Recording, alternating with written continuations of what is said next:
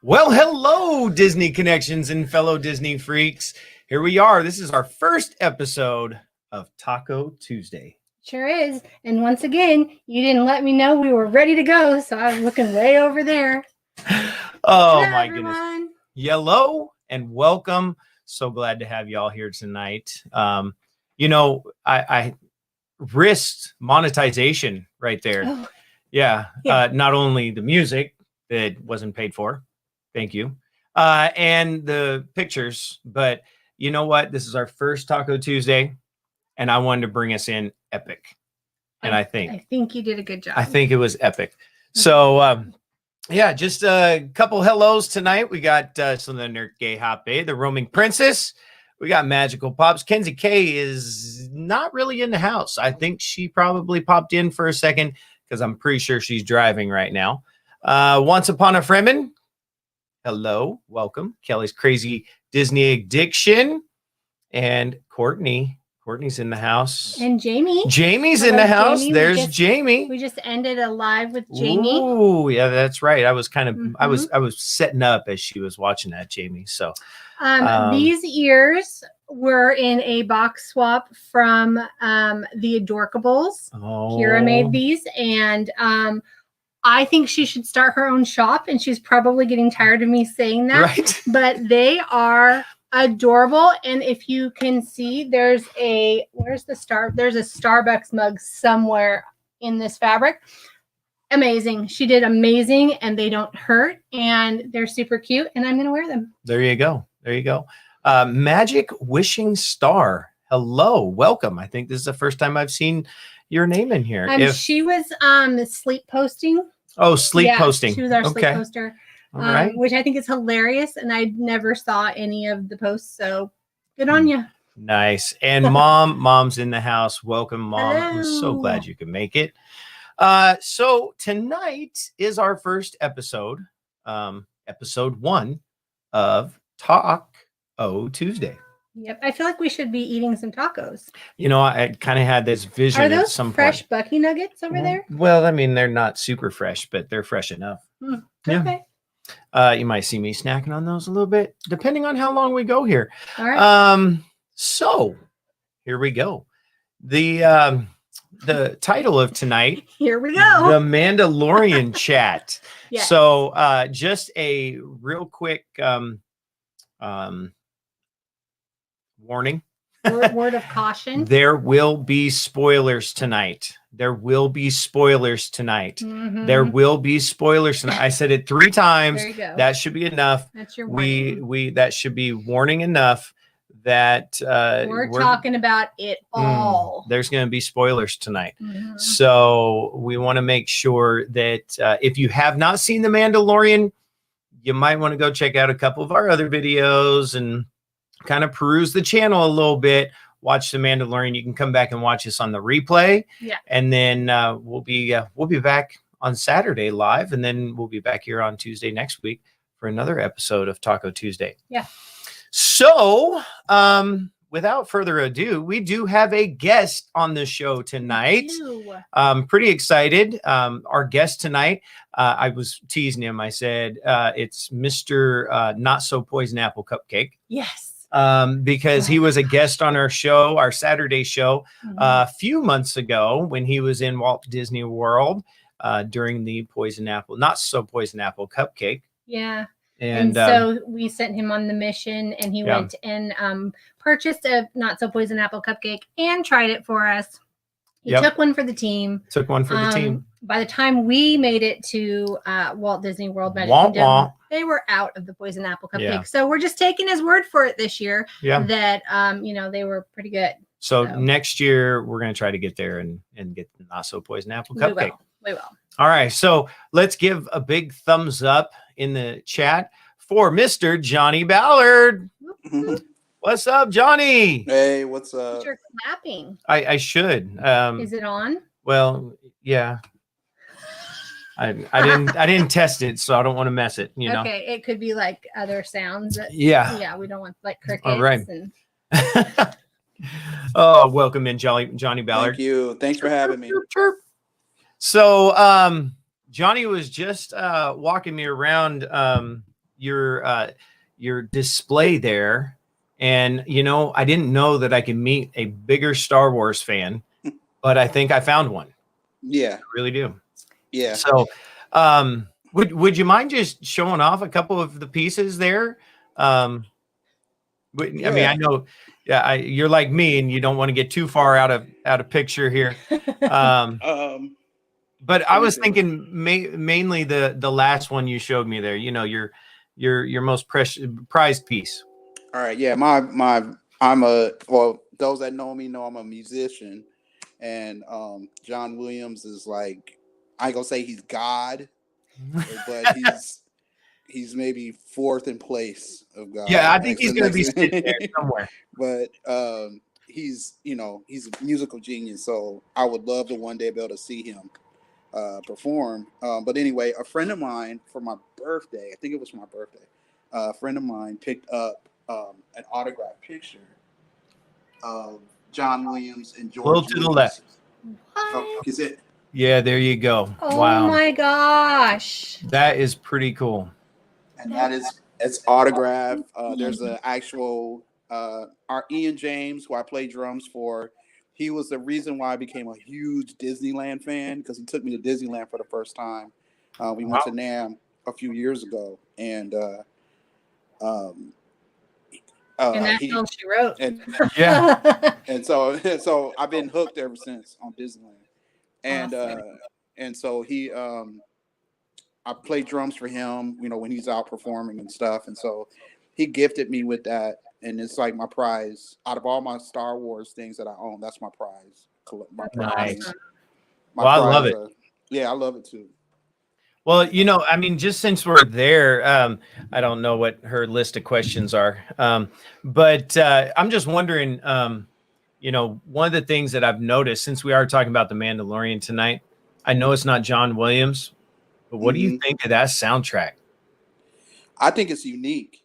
Out yeah. of all of the, it's a different vibe. It gives you, from a musician standpoint, it gives you a sense of adventure and anticipation of what's coming.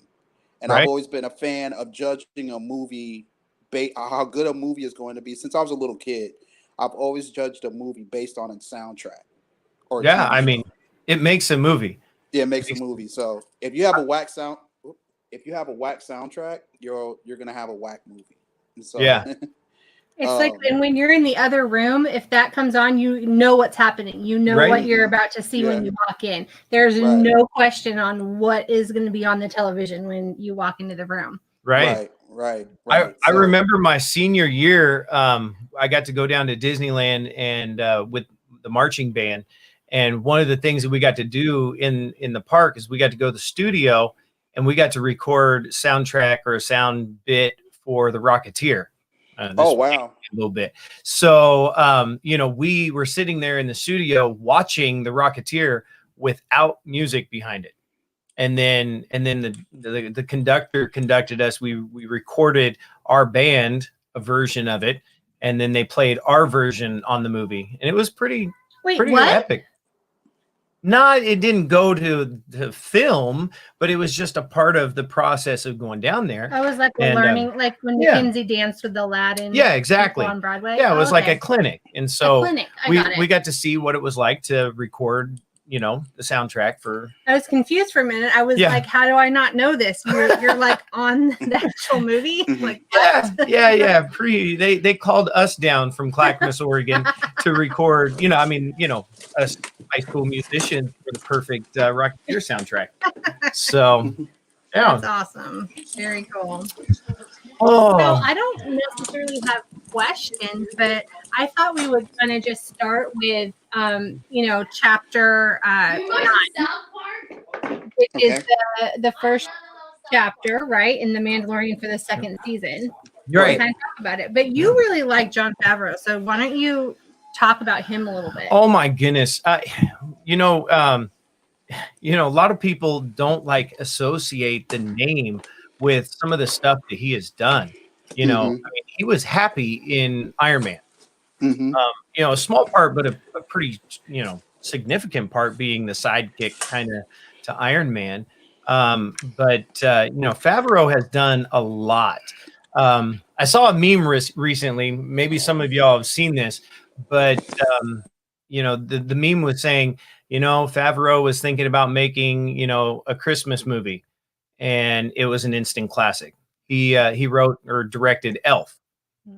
Now, I'm a little confused about what he's doing, because I saw that he's the executive producer, and I also saw that he's written some of the episodes and he's directed some of the episodes, but they have other people that are writing and directing in between where he's writing and directing.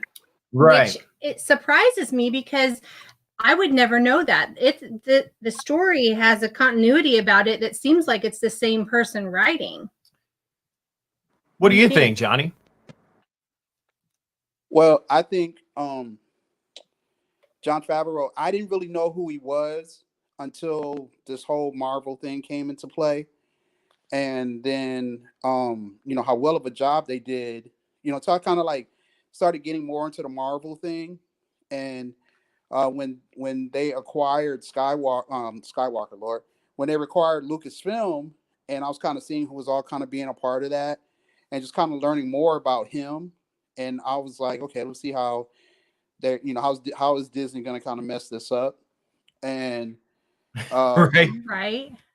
They, you heard the stuff, people had their doubts about it, but he just kind of, the creativity that Jon Favreau comes with, and it's really rare in Hollywood now, because I actually thought J.J. Abrams was going to do a good job. Right. And he kind of lowered my expectation, a lot, especially a little bit. The last movie. Now, Favreau was in the running to direct was it Rogue One that J.J. Abrams did? Yeah. He was in the running to do that, but then they chose J.J. Abrams. And at that time, he said, don't worry, you'll see me on another Star Wars project. So he must have had some insight there where he knew he was coming back. Yeah. Oh, sure. Yeah. Hey, I just want to back up, Jamie. I do have a Mandalorian shirt. That's why I was showing you just a second there. I wanted to make sure that y'all know we're reading the chat as well. If you see me glancing over here, that's the chat. Back here, that's right to you. So, yeah, I mean, Favreau, his creativity, his imagination, the way that he put the Mandalorian together. I mean, we can go all the way back to season 1, really, and just talk about how it's got that Western feel in space. I was talking to my parents the other day, and they were debating on whether or not to get Disney Plus. I know I just said that out loud, but my stepdad is a huge Western. I'm talking like Blazing Saddles and what's the other one? What's that book? In that he reads a lot of old Western books, and I thought, this is the perfect connection. I mean, when you think about Mandalorian, there are so many overlaps and connections that he's hit everybody. He's hit everybody. It's the Western, it's the sci-fi, it's the mystery, it's the old school and the new school, the drama, right? It's all the genres he's got. Yeah, he does a good job. And age groups. I think he's doing a great job of bringing in different age groups. Yeah, that was another. It was like, I think it was almost like he took a lot of what George Lucas wanted to do originally with Star Wars, and he was the only one that kind of got the idea of what George's vision what Star Wars was, and actually made it happen the right way. Right. Yeah. So if anybody outside of George Lucas or Lawrence Kasdan from Empire Strikes Back, one of those older, directors, and from the back in the day that did the original trilogy, right? He was the only one to me that got him, and Filoni were the only two to me that kind of got it. That kind of got George's vision the correct way and wasn't looking for the big payout like the other. I'm not going to mention their names. The other two directors. I mean, you can talk about them. Yeah, I have to say, I think you mentioned the last episode 9. I actually really enjoyed episode 9. There was a lot of finalization to it to kind of end the Skywalker story. And, you know, I know episode 8 was a disaster. There was some things in episode 8 that I was kind of holding on to. I won't go into it here. It's a little political, but they ended it, but then they restarted it with her last line. Yeah. Like they were like, this is it. This is the end of the Skywalkers. And then. Oh, well, yeah. She's a Skywalker. You know, that did confuse me a little bit, but you know, there was a lot of things. And when episode 8 came out and everybody was so upset with it, I said, hold the phone. We'll know whether or not episode 8 was a good movie by the way they tie it all together in episode 9. And I wouldn't say episode 9 was perfect, but I think that they tied it together and they ended the story so that we can continue on and go, you know, onto these different paths like the Mandalorian and this whole bucket list of other spin-offs. So the book of Boba Fett, Ahsoka, Rangers of the New Republic. I mean, there's going to be so many more. And they said, I was reading yesterday that these are all happening at the same time as the Mandalorian. So there's going to be crossover, which is going to be interesting. Right. How they're able to do that. Yeah. Well, I think like when you had the prequels come out and then they added in Clone Wars, which to me is one of the greatest cartoons ever. When they added, as a fan, because I've been a fan. I mean, I'm 45. I was 2 years old when New Hope came out. And then, so my first actual going to the theater and seeing a Star Wars movie was Empire. And so, and then I didn't see New Hope until I was like 10 years old on like a VHS tape or something like that. And so, but as a fan, I could appreciate the fact that they had tied in like the Clone Wars into the whole canon, and then they tied in Rebels when Disney came out with Rebels and tied into the canon and just kind of gave a broader picture of the Star Wars saga. You know what I mean? And along with the movie. So as a fan, from watching the original movies as a young kid, not understanding what's going on, but getting more of a better understanding of, oh, that's why that happened. Oh, like when I watched the prequels for the first time, episodes 1, 2, and 3, and I was like, oh, that's where that came from. Oh, that's how that happened. And so you get that, it helps you to bring back the remembrance of the originals.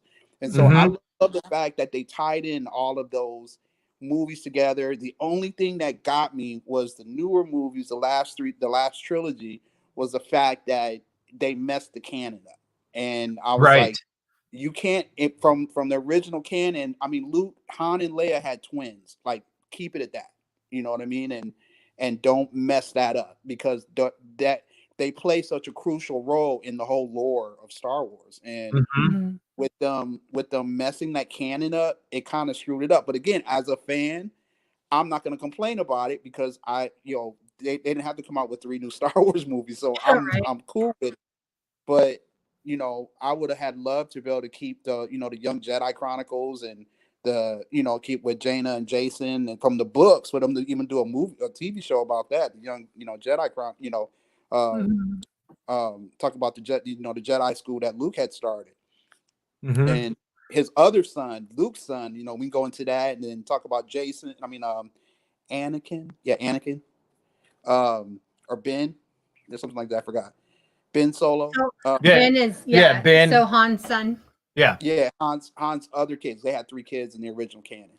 So keep the story, keep that storyline going. So this whole, we got to make it for the new generation thought that J.J. Abrams did, and then with John Favreau was like, no, you don't have to, and them kind of like bringing it all back the right way, somewhat fixing it, I think was like perfect. The Mandalorian fixed the issues that would happen with the last 3 movies. To me, they did, at least. Yeah, and I honestly think that in his plan, he's just starting to put these band-aids on and fix everything that's happened in the last 6 movies released, episodes 1 through 3 and 7 through 9. I think that might be his vision, is how can I go and tie this all together and make it right again. I think I don't know. I haven't actually sat down and talked to him personally, but well, I think Clone Wars did that. I think Clone Wars, the cartoon series, did that. I think Clone Wars really gave more of a broader picture of the prequels, and really, because I that's how we were able to relate to Ahsoka, you know, as a character. You know what I mean? They introduced Ahsoka, and without the Clone Wars, we wouldn't have Ahsoka. And so having her on as a character and the way that they brought her story out and the growth from season, was it, she came in like season 2 to 7, was immense. And so having her from Clone Wars as a character, and now she's a legend in Star Wars now, even bigger than Rey. Right. Way better character than Rey. That's just my opinion. I'm just sorry. You know, some people disagree. You're entitled to your opinion. But I just think, you know, I was appreciative of them doing that with Clone Wars because it made the prequels better. It made the prequels make sense and be a lot better. Yeah. Well, you know what? I also think that some of those things that are missing from the original canon, it's not that they said they didn't exist. They just didn't bring it out in the film. So they left it open to be able to bring those things in later. Right. So the other kids that are missing, they might still bring them in. You know what I mean? Like, maybe they have a story we don't know about. I'm not sure, but they didn't say they weren't there. It's just they left these other pieces out that you're wondering, well, where's this character? Or what happened, you know, during this time? They never say Ben's an only child, so they kind of just leave it, you know. Yeah. It's interesting. So in the Ben is actually, so in the original canon, Ben was actually Luke's kid. And is that how it is? Yeah. See, I think you know a lot more than me. Definitely do. So with him and Mara Skywalker, Ben was his original kid. And so his cousin, Jaina, actually killed him because he turned to the dark side from the original. And so it's all in the book. So again, as a Star Wars fan, you got to read the books. You got to read the comics, like, you know, the Harry Potter stuff, the Lord of the Rings stuff. You kind of got to, and, you know, Twilight or whatever. You kind of got to read the books so that the whole story kind of makes, you know, because I didn't know who Thrawn was until somebody introduced the book to me. And I was like, oh, he's like book from way back, you know, in the 80s. I didn't know that. Yeah. And so, you know, it's all about, as a fan, don't so much think the movies are going to explain everything. Like if you're a big fan, then get into the whole, like Trekkies will get into the whole thing of Star Trek. You know what I mean? Oh yeah, that's my dad. Yeah, for sure. Star Trek. For sure. Yeah. So let's talk about the first episode in season 2, where we meet a new character, and she has all of these droids. So that was kind of like the thing that I noticed about in her workshop. What is how do you say her name? Pelimoto. Yeah. So she's got all of these droids that we recognize. Yeah, R5. That's from New Hope. Yeah, and he's the one that had the bad motivator, and Luke, he said, we don't want this droid, and then they ended up with R2-D2, and he's in that episode, and I think she's like mad at him a couple of times, which makes me think, well, maybe he still has a bad motivator. Like he's not motivated. Broken. Yeah, he's still broken. Yeah. And then I wonder I'm not clear on the time frame. Like, did she know Uncle Owen, and did she know Luke when he was little?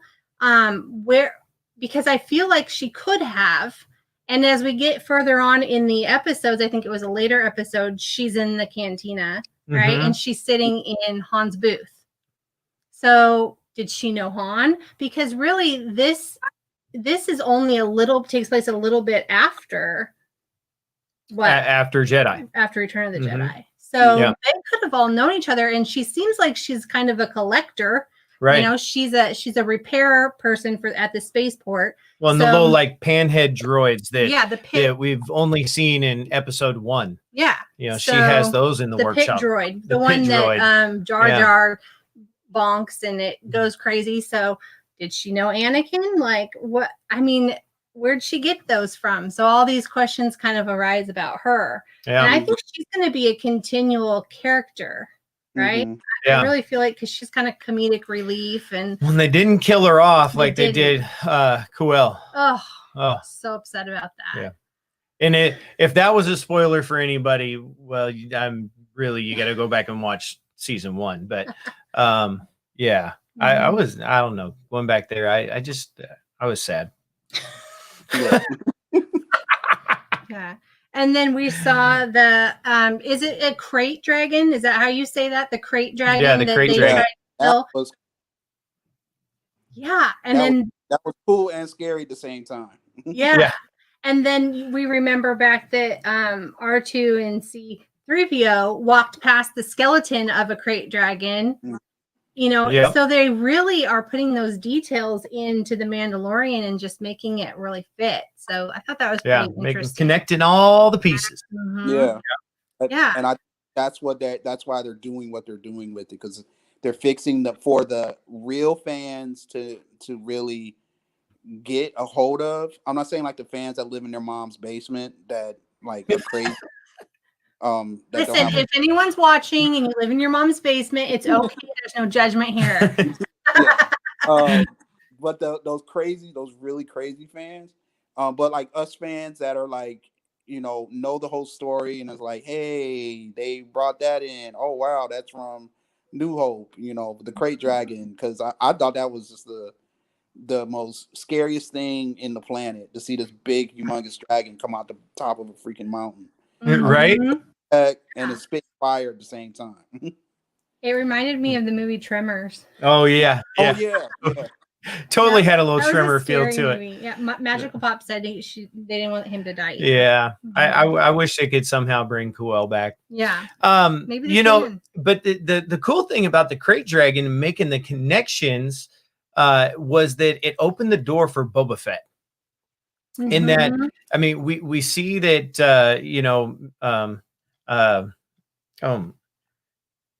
what? Who? The Mandalorian? Din Djarin. Yeah. When he gets swallowed up by it, but then comes out because he's wearing his suit, and then was able to destroy that. The end of episode, or it plants the seeds that he got out of there. Yeah, well, it wasn't the same creature, but I mean, it planted the seed that, well, if you're wearing that, that Beskar suit, you must be impervious to some stuff. And remember that one kind of minuscule character back in Empire or Jedi? I mean, maybe he could have made it out. And then at the end of the episode, here we see this guy, and you're like, oh yeah, there he is. But it was funny. A lot of people were like, wait, is that him? Wait, is that him? Because they just show him real quick, and you're like, it's got to be him. Yeah, it's got to be him. So yeah. I think going back to episode 1, it made, so if you were at not episode 1, but chapter episode 2 of Attack of the Clones, if you didn't know who Jango Fett was and the reason why they did the clones, and knowing that Boba Fett was a somewhat of a clone of Jango Fett, I don't think a lot of people thought, well, that's not him. He's not really a clone, and so a lot of people wouldn't have ever got that twist, right?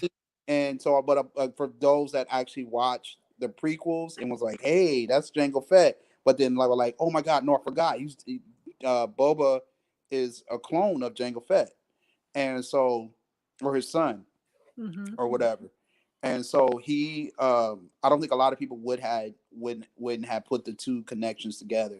So that's why a lot of people question, was that Boba Fett in the first place, and stuff, So because I literally had to explain that to people, like, no, he clone, and or he was a special clone, unaltered, right? And then altered, right?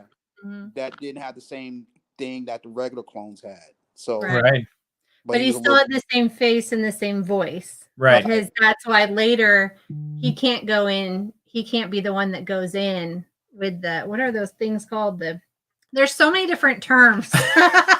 When they're in the factory, is that what they called it? in where they're getting that stuff that almost blows up their car. Yeah. Yeah. It said, I can't be the one because my face, they'll recognize me. And we're like, okay. It would probably crash the system because there would be so many that look like him. Yeah. Yeah. I like it. Magic Wishing Star said, best car is immune to everything, including lightsabers. I wonder how far they're going to take that. But wait, it wasn't it not immune to the dark saber? No, he was blocking the dark saber with it. Didn't the spear get cut in half? Oh, I must have been dreaming. Yeah. Okay, so awesome. So it was because even when he fought Ahsoka, when not him fight Ahsoka, but when he fought when Ahsoka fought the other lady, I forgot her name. Oh, right. That's right. It wouldn't break. You know what I mean? Yeah. So right. with regular lightsaber, it would. Which come on, I mean, look at that scene. So not only do we go Western, but we also brought a little samurai to the field too. Mm-hmm. Wasn't that crazy? Mm-hmm. And you had the samurai action going on in the little like garden inside, and then you had the showdown out in the street outside the gate. That episode was like, oh my gosh, I loved it. Liked that one a lot. So then in 10, in the passenger, we are going. It was taking the frog lady. Did she have a name? How was Clara the frog lady? I didn't give her a name, but rumor has it they're doing a spin-off show on her or something. Really? Okay. All right. That was a controversial episode. Yeah. People were mad about that episode because because Grogu got hungry. Yeah. You can only imagine. Again, ladies and gentlemen, I have not sat at a table with Favreau and asked him these questions, but it only makes sense to me that he was sitting down writing and he goes, watch this. I mean, the first time Grogu eats one of those eggs, it's like, oh, we're definitely going to hear about this somewhere. And people took to Twitter real fast. We eat eggs all the time. Yeah. So I'm like, okay. And then it was interesting. There was an uproar for a little bit. And Favreau said, it's funny. Yeah. And then it ended. Like, I haven't heard much talk about it anymore. So I don't know. He just rolled it off and people went with it. Yeah. And this is also the episode that I was kind of talking to Rob about that I thought was interesting because we see how the new Republic has taken over for the Empire, but we're having the same issues that the Empire had. And so they're trying to figure out how to control what's going on, which is kind of why I think they didn't, well, how would they have arrested him anyway? Where are they going to put him? Like, I was thinking they've got a 1-seat cockpit in those X-Wings, right? So where are they putting him if they arrest him?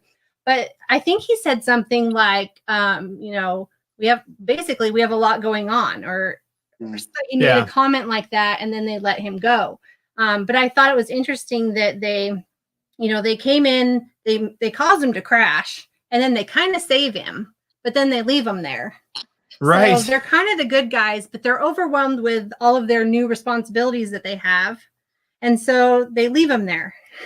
Right. Yeah. So then they're going to take off by himself. Yeah. So the Resistance becomes the new Republic, but then eventually we know goes back into the Resistance because, the bad guys. The First Order became, and I think this is like the kind of the precursor of the First Order kind of coming in fruition. You know what I mean? Because literally within the time frame of everything happening going into the Force Awakens. Yeah, which I think will be a little. I'm curious of how they're going to work all of that weave it all into the story to connect the pieces. Right. The next couple of seasons. Kelly's Crazy Disney said the problem was they were endangered species, and I get that part. I really do. It's like people eating when they eat like an ostrich egg, or maybe not ostrich, but because people eat eggs of endangered species, and we hear about that like in real life, right, and they're like, why do they do that? Why are they doing that? So no, it was definitely it was controversial for sure. But I mean, you're talking about made up characters, yeah.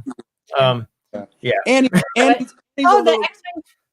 What? Go ahead. He was kind of like a little, not a little, because he's 50 years old, but he's kind of like, he was hungry. They looked good, and he grabbed, snuck like 5 of them or something like that. Right. Yeah.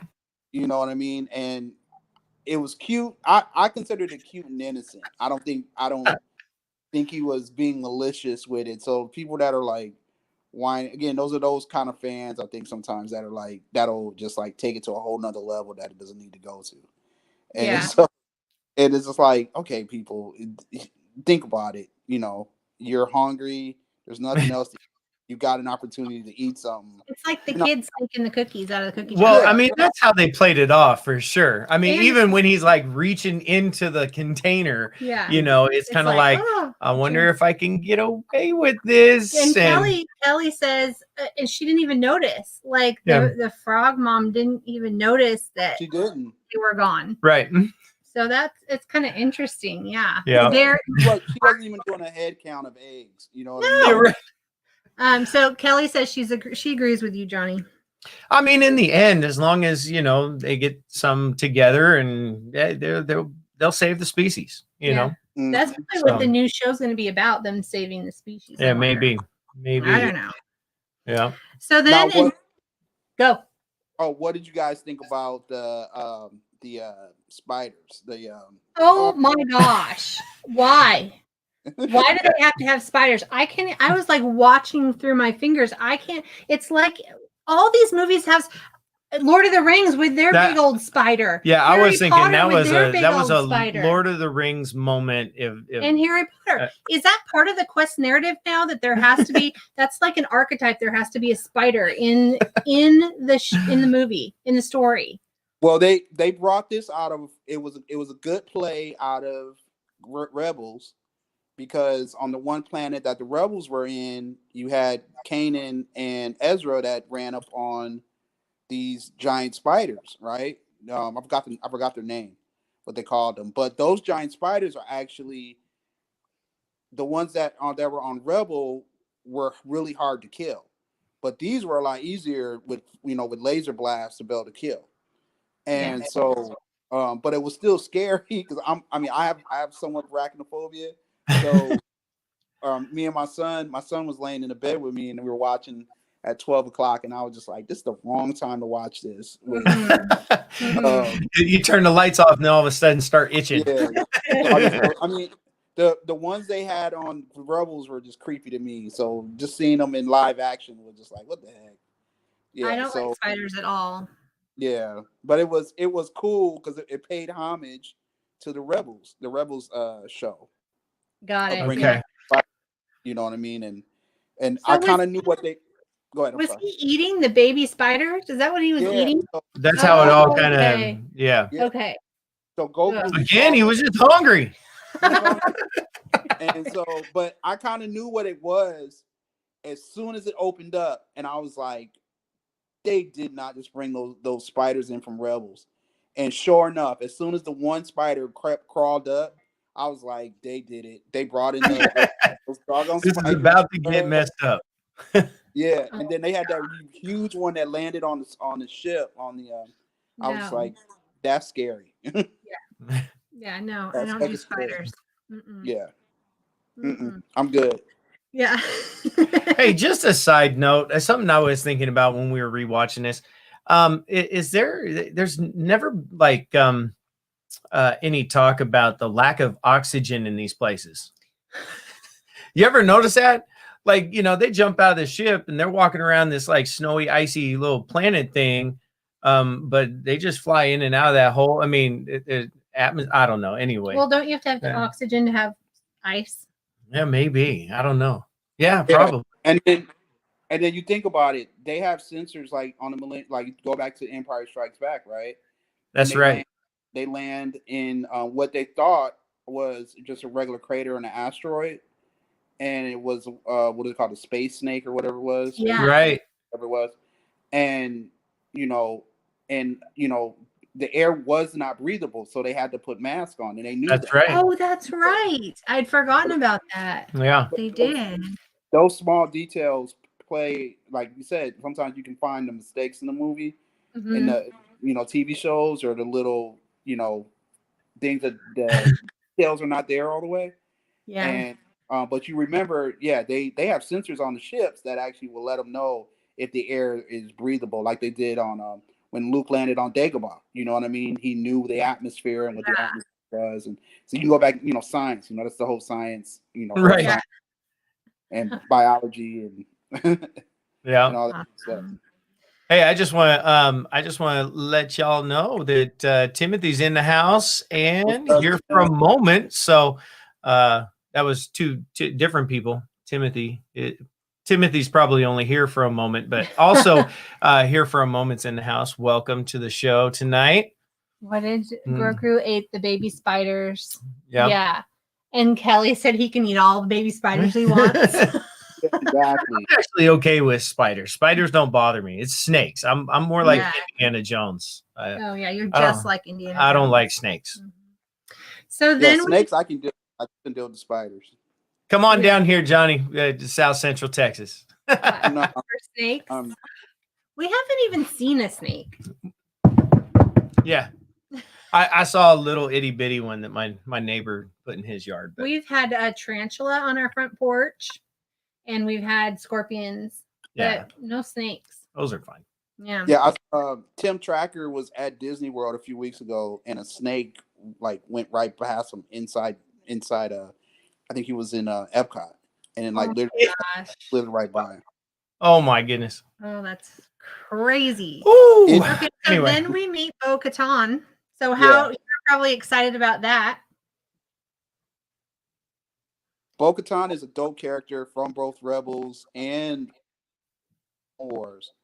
And the whole Mandalorian, I got more into Mandalorian stuff during Clone Wars. And I thought, just the whole idea of who the Mandalorians are and how they came to be is pretty interesting. And I'm glad they're going to delve more into it, because now we might end up seeing Darth Maul, because he took over the throne for maybe, and then maybe we might end up seeing the Syndicate from Solo. So we'll see how all that kind of plays out, Yeah, I find it interesting. I find it interesting how Jaren is from that cult version of the Mandalorian. It's the secret, don't tell anybody, and this is how it is. This is the way, And so he comes up believing this without questioning any of it until he meets them. Mm-hmm. But she was a part of that same sect, right? And then she left. Am I understanding that correctly? Like she left? No, because she's related to Duchess Satine, and so she is a part of the royal family of Duchess Satine before Maul killed her in Rebels. I think, was it Rebels or Clone Wars? I can't remember. And so she's a part of that whole lineage of that. So that's why when she can take over the throne, then she just needs the Darksaber to take over the throne. Yep. And then I was reading that she can't. Well, that's kind of near the end, but she can't take that from him. But didn't she already take it without winning it before? I thought she had. I had read. Mm-hmm. So I'm thinking maybe somehow she might still just take it from him. Like they're not going to have to battle, or she'll accept it without. I don't know. Yeah. Or maybe it didn't work out for her the first time when she took it without battling, and so now she's not going to take it this time. I'm not sure. Yeah. Yeah, that whole that whole pathway is going to be interesting.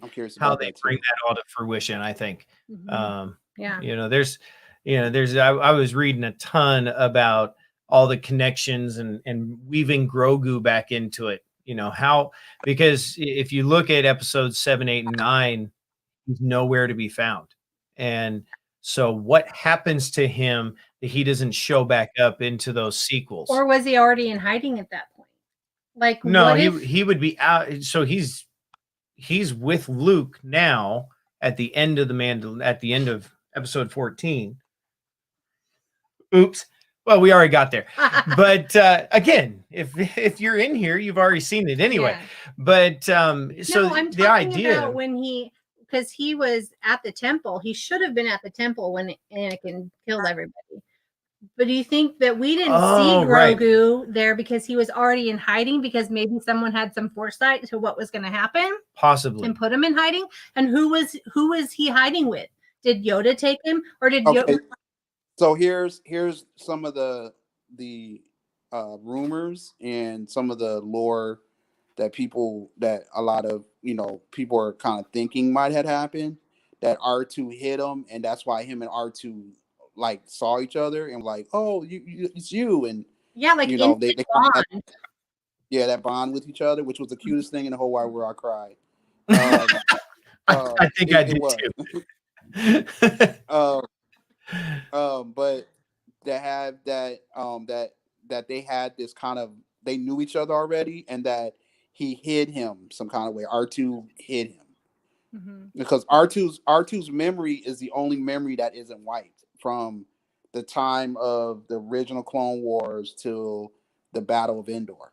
So his whole memory is not wiped out at all. So he knows a lot of the history of the Skywalkers. Yeah. And then what's happened to Jedi Order, because he was passed down from Anakin to Luke, So he knows a lot. I wish that C-3PO knew just as much. I feel like if only he knew where he came from, things would have been different. Like, I don't know. People don't seem to recognize him when I think they should know who he is. Right. Maybe there's just C-3PO. C-3PO is like that. He's like that one friend that you have that will tell all the business that doesn't need to be told. And so, I'm kind of glad they wiped his memory, because I love C-3PO. I love 3PO. I do. But he's kind of like a space case. And just somebody you don't want to share a whole lot of information with. Yeah. You don't want him to have all the information and get captured. Right. Yeah. Right. Because apparently he feels pain. I don't get it, but whatever. Yeah, that's why R2 to me is like the strong he's my second favorite character in the entire Star Wars, because just the kind of personality that he had. Every time I see R2, when I went to Galaxy's Edge for the first time, he rolled up on me, and I just I have tears in my eyes, because like R2, and R2 just a cool character. He's always right. It's amazing you were able to make a machine with such a deepness to them. There's a lot of character. There's a lot of layers there. There's a lot of. It's crazy that they were able to do that, but they were. So yeah. Amazing. Yeah. Even better than BB-8, and I like BB-8, but R2 was just somebody special. R2's that one character that's just like, if Star Wars goes away, I would always remember R2. It's just he's one of those characters. He was a crucial part, of Star Wars, and you can't do Star Wars without hearing the beep beep beep, because it just wouldn't. Okay, so if it wasn't R2 that hit him, what are the other rumors about what happened? Other rumors was he sensed it, because he is a powerful. He has the same he had the same the same Mandalorian count as Anakin. So apparently he was as powerful as Anakin. So he might have sensed it beforehand and cut himself off so that Anakin couldn't sense him. So that was, and hid somewhere, and R2 knew where to find him. So R2 went and got him. So that's another that may have happened. Now, I was reading one theory that obviously I haven't seen all the Clone Wars, only like a couple, so I'm kind of letting myself out there. But the theory about Yoda's wife. Have you heard that theory? Mm-hmm. How Yoda's Yeah, wife saved Yaddle. Anakin. Yeah, Yaddle. That's Yeah. Yeah. Yeah. I don't think they were married though. Yeah, I read that. I read about that just the other day, about a week ago. So here's my take on that also, because okay, so if he was a Jedi Knight and by law, their own law, they're not supposed to be in committed relationships like that, I'm wondering how that came to be. Because if Obi-Wan could not be with Duchess Satine because of that law, how did that even happen in the first place? Because by their own law, by their own Jedi law, they cannot be, they're not supposed, at least they're not supposed to be in committed relationships like that because of the commitment to the Force that they have to be like a monk. You know what I mean? So although it's a good idea, I think it's mostly unlikely. But what if that was like the balance? Because you have Anakin and Padme who get married on that side, and having another strong Force on the other side, maybe. Or people do things all the time when they're not married. So, right. Well, like Obi-Wan. Oh, you guys cut off. Oh, we're here. Are we here? We see you. I see you. Okay. Can you hear us? It just cut off. I hear you a little. You're clear, and we can hear you and see you. Oh yeah. Okay, so I think like I lost my train of thought. So go back where you were. I'm sorry. So the whole Yoda relationship with Yoda or Yaddle. Kelly says, "I never saw a ring on their hand." That's true. There was never a ring on Anakin's hand. He didn't put a ring on it. Yeah. Yeah. So he could, because Obi-Wan and Duchess Satine had they had a relationship, but they knew they couldn't take it any further than what they wanted to because of his commitment to the Jedi Order. Oh, got it. But Obi-Wan's a little bit more of a rule follower, I think. Mm-hmm. In some ways. He can, I don't know. Yeah. Like he seems to be more logical thinking. Mm-hmm. I mean, he still does go against the council by taking on Anakin. He does. But that was more out of loyalty to Qui-Gon than it was breaking rules. It was, well, my master took this on, so now. And I gave my word, and as a Jedi, he had to keep it. So they really couldn't tell him not to. Yeah. Right. Yeah. All right. Well, let's get into the end of the season here. The end. Oh my gosh. Mm-hmm. I'll tell you, Johnny, we were talking before about, going into Galaxy's Edge. And, the first one I got to go into was Disneyland. And so you're walking down that path there, behind Thunder Mountain. And it starts to turn into Star Wars land, and you're starting to feel that transition as though you're walking into Star Wars.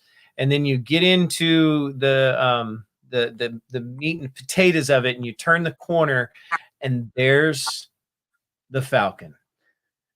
And I cried. I mean, I was like, we were on video that day, and I said, aside from my wedding day and the birth of my kids, this is probably the best day of my life. Mm-hmm.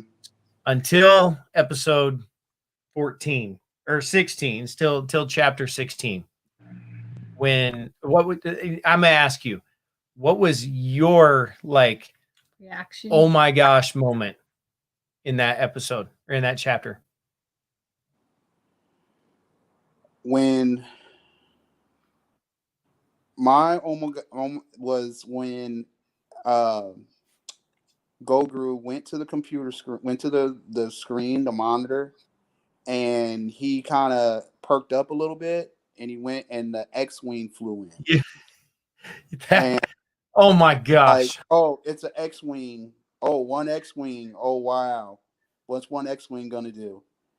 And Grogu went to the screen, and then next thing we know, we see a black hood, and everything in me was like, they did not really just do that. Right. I had the same reaction. I was like, I saw the X-Wing and I thought, nah. And then everyone's in denial at that point. We're like, no, there ain't no way. Who'd they bring in? Who's it gonna be? And then the green lightsaber. That was my moment. I was like, green light. No, that was my moment. I was like, oh, it is him. But you're still not sure, right? You're still not. Green lightsaber and the black.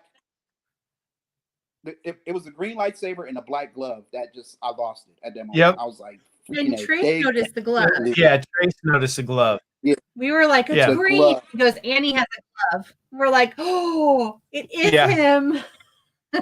Yeah. That was oh my gosh. That was an oh my gosh moment. It was. You know, again, I mean, this was all like, you know, first seen or showed by memes. If you watch a lot of memes on social media, but you know, that whole episode was like, I mean, it was just crazy. You're like, I mean, it was the buildup throughout the entire thing. And then of course your favorite shows up right there at the and end, pops in. You're like, oh, well, duh, if he's flying the X-Wing. R2's got to be there. But that was like, you've already had so many good things happen in that moment. And then R2 comes in, you're like, oh, they just topped it. So yeah. It was like, awesome. it was that whole 20 minutes was just like magic. It was like everything that the last 3 movies were supposed to be was all dropped us on us in 20 minutes. Because it was the Luke that we all knew. It was the Luke Skywalker that we all knew, the Luke Skywalker that we wanted to see in the last 3 movies. We didn't want to see that Luke. We wanted to see the Luke that we all knew to be the overcomer Luke, the Luke that we knew hero. And so, because I felt cheated with that Luke, you know what I mean? This Luke redeemed that Luke and made it just like, oh my God, like, I think I watched it 8 times in 24 hours. I think I just kept watching. I remember your post. Yeah. Yeah. I just kept over and over again. And then to throw R2 in it, when R2 came around the corner, I was like, oh my God. And I just started crying. And I was like, they brought R2. Yeah. Kelly said, is this the end of the Mandalorian now and we move to another story? No, there's more Mandalorian coming. We have to wait a year, right? I think a year. Yeah, December. Well, if you go on, you can take a look at kind of the releases of all of these, but there's literally like 8 or 10 different sub stories that are all going to be released over the next couple years. And the Mandalorian is not going away. Now, the question is, which direction are they going to take it? And, you know, I've read probably about 10 different paths that they can go. You know, one of them, I don't know if you read this, Johnny, but one of the paths that they were talking about is he actually gets to sit on the throne in Mandalore. And then possibly bringing Bo-Katan with him as maybe a wife, and then she gets that goal. I read that. I don't know. I mean, it was on the internet, so it must be true. They have a little bit of chemistry. Yeah, they do. Yeah. And then, I mean, and she's kind of, she's a part of his story now because he's now taken off his helmet 3 times. When before it was like, no, I don't take this helmet off. You know, it starts out, he takes it off for a droid, you know, and it was all Grogu. Well, then the second one is when he has to do the facial identification, and then the last one is Grogu, and that's kind of like I think that is like the defining moment that he maybe now gets it, and he's ready to move on from the cult style Mandalorian to more of Bo-Katan's group, team, leader, pack, whatever. They're like the Night Owls, I think they're called the Night Owls, and their helmets look kind of owlish, like if you look at And those two characters, I think I was reading, had never been introduced in anywhere before. They're like brand new. Yeah. Her two sidekicks. Oh, okay. Yeah. Yeah, because you had these guys were in Clone Wars. Oh my God, I've got the name of the Mandalorian. So Kelly actually asked a question. What direction? I'm gonna let you you go ahead and answer, Johnny, and then maybe we'll go. But what direction do you want the Mandalorian to go? Man, I would love to see more of the Mandalorian. I would love them to get more into the Mandalorian story and see. I mean, hopefully, this is the part where Maul is still there, and I would love to see Darth Maul. If they could do that, and then eventually getting into Thrawn. You know what I mean? So, yeah, there's so many different areas. I'm just excited to see, because I would have never in a million years thought they would have done what they did with the season ending. So my expectation is that they just keep going. I really don't have any, like, outside of just seeing kind of more of the legacy characters, I guess more of a little bit. But the whole storyline and how they're tagging, how they're tying loose ends from all the movies and all the stories together, and they're bringing they're intertwining the old canon with the new canon. I think is kind of what I want to see more of. See what happens. How did the Crimson Tide, I think is the name of them. That Darth Maul from the ending of Solo. How are they going to bring those guys in? Are they going to bring in? Oh, right.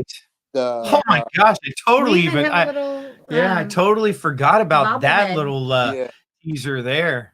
Yeah, so are they going to do that? For sure. Yeah. Well, so we know they're bringing Vader in, because we know that the Ben show, Obi-Wan show, they're bringing Hayden Christensen back. Yeah.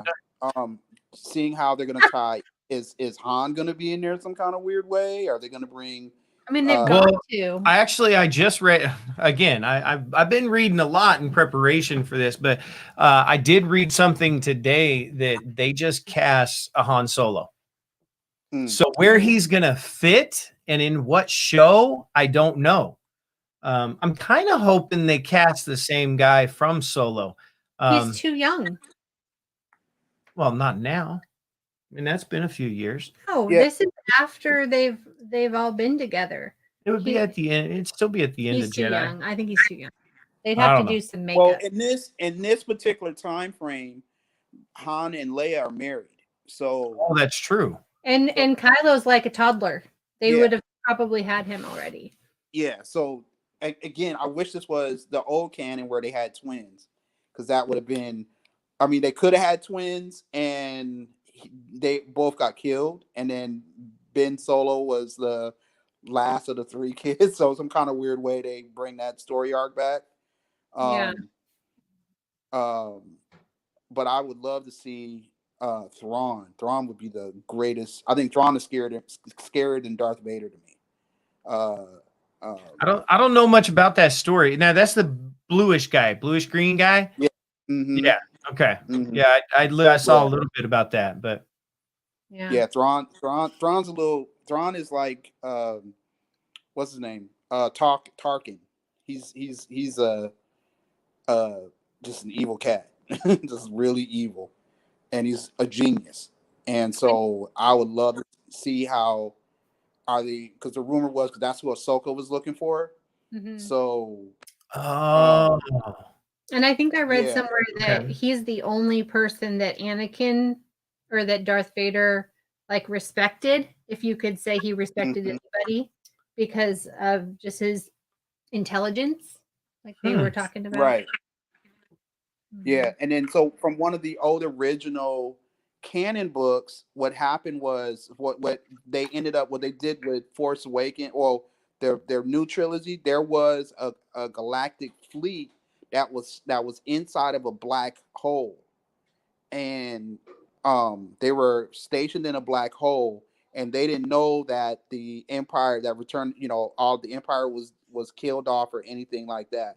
So I'm wondering if they're gonna tie that story in now, where these new stars destroyers are gonna come in, and hence the beginning of the First Order coming in some kind of weird way. And so, like I said, there's so many directions they can go in. The creativity of Favreau and Filoni are incomparable. Yeah. And they have George Lucas's vision. So with those three things for recipe, it's going to go down in history. You know what I mean? Yeah, I totally agree with you. Yeah. All right, so I got a little side note that I'm just wondering what you think on this.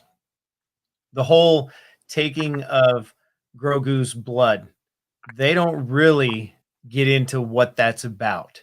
Like you know that they took some blood before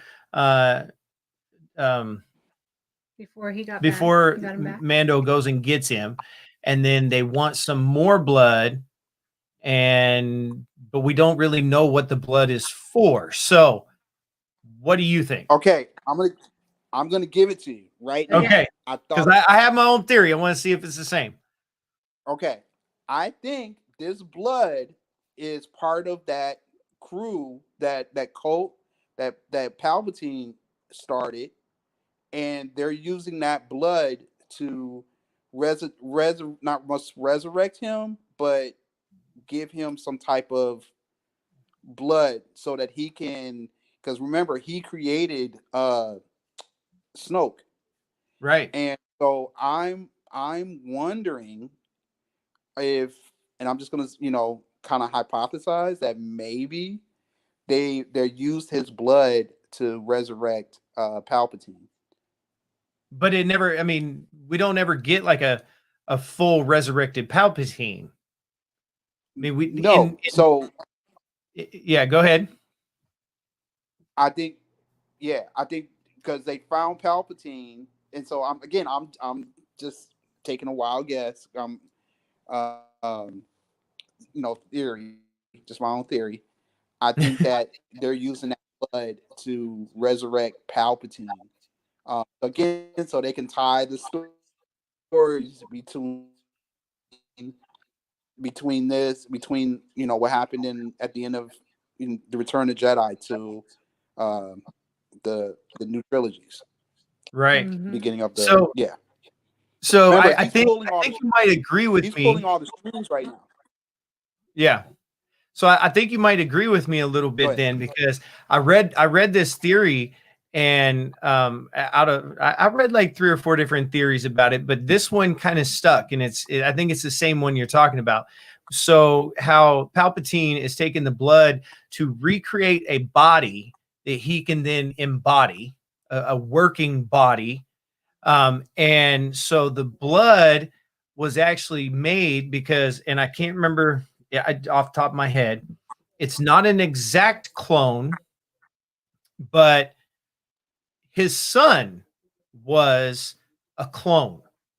So Palpatine didn't hook up with anybody to have a baby. His son was created. Mm-hmm. And so his son being created didn't have the powers of the Jedi, but his son had Rey. And so we see Rey kind of come to fruition and bring that full circle back. So did they use the Grogu's blood so that would then go into his offspring? Yeah, like right. The Force. Right. So it was so Rey being Palpatine's granddaughter is through his clone son having some DNA of Palpatine and the blood of Grogu. And then when Rey, and there was like a little disclaimer there. It was like, his son did not have to be born as a baby because they're creating these clones at a certain age. So his son, as a created being, hooks up, has a baby, Rey, and that's the connection to the new trilogy. Mm-hmm. Because I hope they go that direction. Yeah. So remember in Rise of Skywalker, Palpatine said that his son did not want anything to do with him. So that's why they ran away and hid Rey. Mm-hmm. So I think that might be a great theory. I think that might be a really, really, really good theory. Because I was thinking that it would have something to do with it has to be something to do with Palpatine, because he's still, even though people think he's dead, he said, and they're gonna stay true to the stories. Right.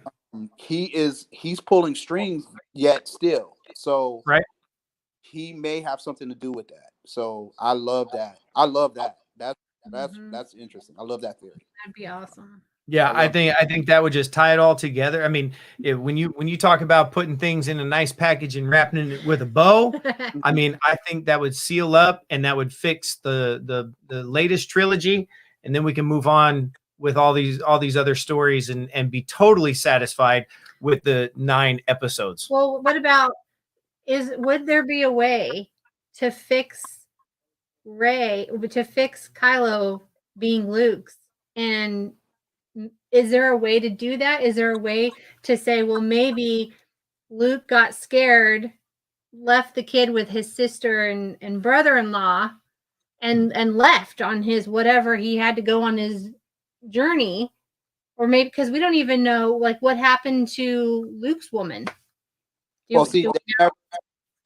took Mara Jade isn't even Mara Jade isn't even mentioned in the storyline, so that'll be interesting if they bring Mara Jade in some kind of weird way. Mm-hmm. Now, I think they might have. So the issue with Kylo Ren with Ben, he has Han's hair, so he has a dark hair, so he looks like Han. You know what I mean? So that would be a really far-fetched kind of, if I'm understanding you right, that some kind of weird way that Ben Solo is Luke's kid.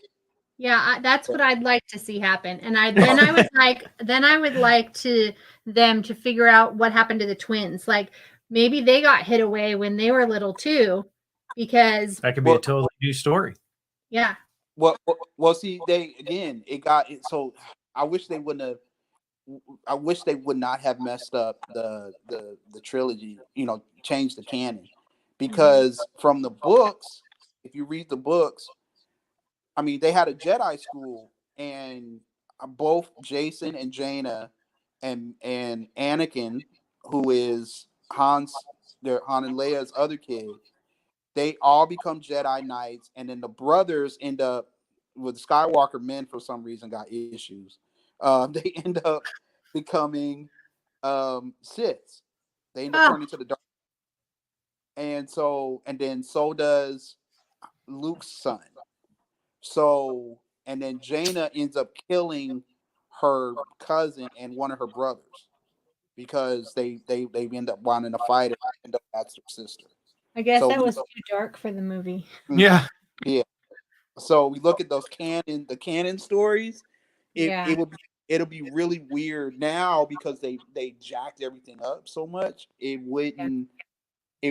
Ideally, yes, that would be the perfect world to bring the twins in, because that's part of the original canon, and it was written like that for a reason. You know what I mean? To show that Luke and Leia were twins, so Leia ends up having twins. Yeah, and it makes more sense. And in the original canon, Han and Leia don't get a divorce; they don't split up. So he's been gone for a long time, and she doesn't go by Solo anymore, and all that other stuff. That's not the original canon. So why'd they mess that up? Yeah, I don't know. What'd you say? I said, why'd they mess that up? I don't know why they did that. I don't know. That was first from someone again who read the books and been part of the canon, and knows the canon. It to me it was disappointing. Even though again I liked the movies, but it was disappointing because it messed the story up. Have a great night. Bye. Thanks for being here. Yeah, Kelly says we need a family tree here. Yeah, you can't keep everything straight. Actually, I have looked at a family tree. I don't know. I can't memorize it, but one of the things that I think they did for episode 7 is they had to make Han Solo estranged from Leia so that he could come back and say, "Chewie, we're home." Mm-hmm. I mean, if you think for about that it, one line. the trailer of A Force Awakens, that was the only thing they put in that trailer. And we lost Johnny. Johnny Ballard is somehow lost in space. He's lost. So but we'll see. He might come back in, but no, I really think that they might have just made all of that up for that one scene. They had this envision, and they were like, "How do we make this happen?" Yeah. Yeah. Well, this might be a good place to end because we've it been might going be an hour, and we had and I totally appreciate everybody that's been in here. I know. I've been reading y'all have been talking in there, and we're definitely going to get better at this and the interaction. But y'all have been interacting with each other, so it's been great. Check out those ears. Let's see, the coffee cup is on. Oh, here's the coffee cup on this side. There's the Starbucks cup right there. All right. Is he not the cutest? I love it. He's like little snacks. Kelly says, now my head is spinning. Yep. These are really, he's back. Oh, he's back. They're really well made. Right. Like, she did a fabulous job. This is Kira from the Adorkables made them, and she did a great job, and I'm hoping she'll make me some more. I have some that I need made, and so she did such a good job, but I don't know if she'll do it or not. Go check out the Adorkables channel and comment in a video that Melanie from Disney Connections sent you. Yeah. would like some ears. Well, Johnny, I think we're going to go ahead and wrap it up tonight. Sorry about that. My connection went all wired. No worries. It was a good time. We've been going an hour and 20, so we're good. Any final thoughts? Anything that you think that we left unsaid about The Mandalorian? No, I think we've kind of hit it. And this is something I've always wanted to do, was do a discussion about Star Wars. I'm a huge fan all my life. So the opportunity to do this with you is a blessing and a dream come true. So I've always wanted to do a discussion about Star Wars stuff. So awesome. Please, next time, anytime you want me, I'm a huge fan. We'll totally do it again. And I can't wait. Literally, I cannot wait until we can go to World or Land together and fly the Falcon. There you go. Bro, are you sitting left seat or right seat? Yeah. So every time I've gone, like when I went in January for NAMM, I was there for NAMM, and I went to Disneyland, and we went the day of Rise of the Resistance open. So we went, and I had all my meetings at NAMM, and then I went straight to Disneyland about 12, back to Disneyland about 1 o'clock, 2 o'clock, and then I got on a single rider line for the Falcon, and I got to hear the whole every time I rode it. So, so I hope to be able to get back and be able to do the pilot. For sure, yeah. Well, okay. So back to my original question. Then, do you want to sit in Han's seat or Chewie's seat? Oh, Han, please. All right. I guess I'll sit in Chewie's seat then, because I've never sat there. He always makes me sit in Chewie's seat, which I'm fine with. I'm fine with being Chewie, but it's interesting. He yells at me the entire time. You're hitting the ground. Pull up. I'm like, Lando. I mean, Lando sat in that seat. I mean, it's iconic. I mean, even if I get to do it one time, that's you'll do it multiple times if you go with him. We'll ride it multiple times. Yeah, for sure. Okay. All right. Kelly's Crazy Disney Addiction wants to know, what is next Taco Tuesday going to be about? I don't know, Kelly. Come check us out on Saturday. We're going to let you know what Taco Tuesday was. Yes, I hadn't thought that far ahead yet, but I just knew we had to have this Mandalorian talk, and we had to have it now because we've been wanting to talk about it. I know. And people were like, not yet. Let people catch up. I'm like, no, I'm ready. Let's talk about it now. Let's do it. So we'll be posting. We'll let you know on the Facebook group and Instagram and some of our other places. Yeah. Yeah, this was awesome. I'm so glad that you came on tonight, Johnny, and we'll definitely do this again. Yes. If there's any other Disney related things that you think that you want to talk about, just send us a message and we'll just create a Tuesday night chat about it and we'll talk. Yeah, for sure. I do want to talk about Soul because I've had a lot. Yes. Yeah, talk about Soul. You know what, Kelly? That might be next week. Or the week after. That's going to come up here pretty soon. We're going to let some people watch it. Mm-hmm. But yes. We might have, I was thinking we'd have a couple of people on to talk about that and get some different perspectives. But totally, let's do that in the next couple of weeks. So. For sure. Mm-hmm. Awesome. Yes. Well, I appreciate you, Johnny. And I'm going to close her out here. And if you want to stay on, you can. And if not, we'll catch you on the next one. All right. Sure. All right. Well, so there you go. There you have it. Episode 1 of Taco Tuesday.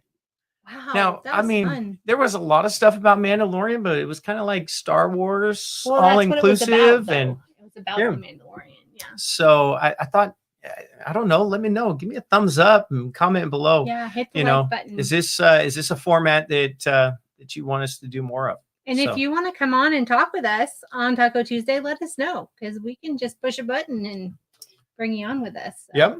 I agree. Absolutely. All right. Well, appreciate you being here on Disney Connections, where we're going to talk about all things Disney. Bye.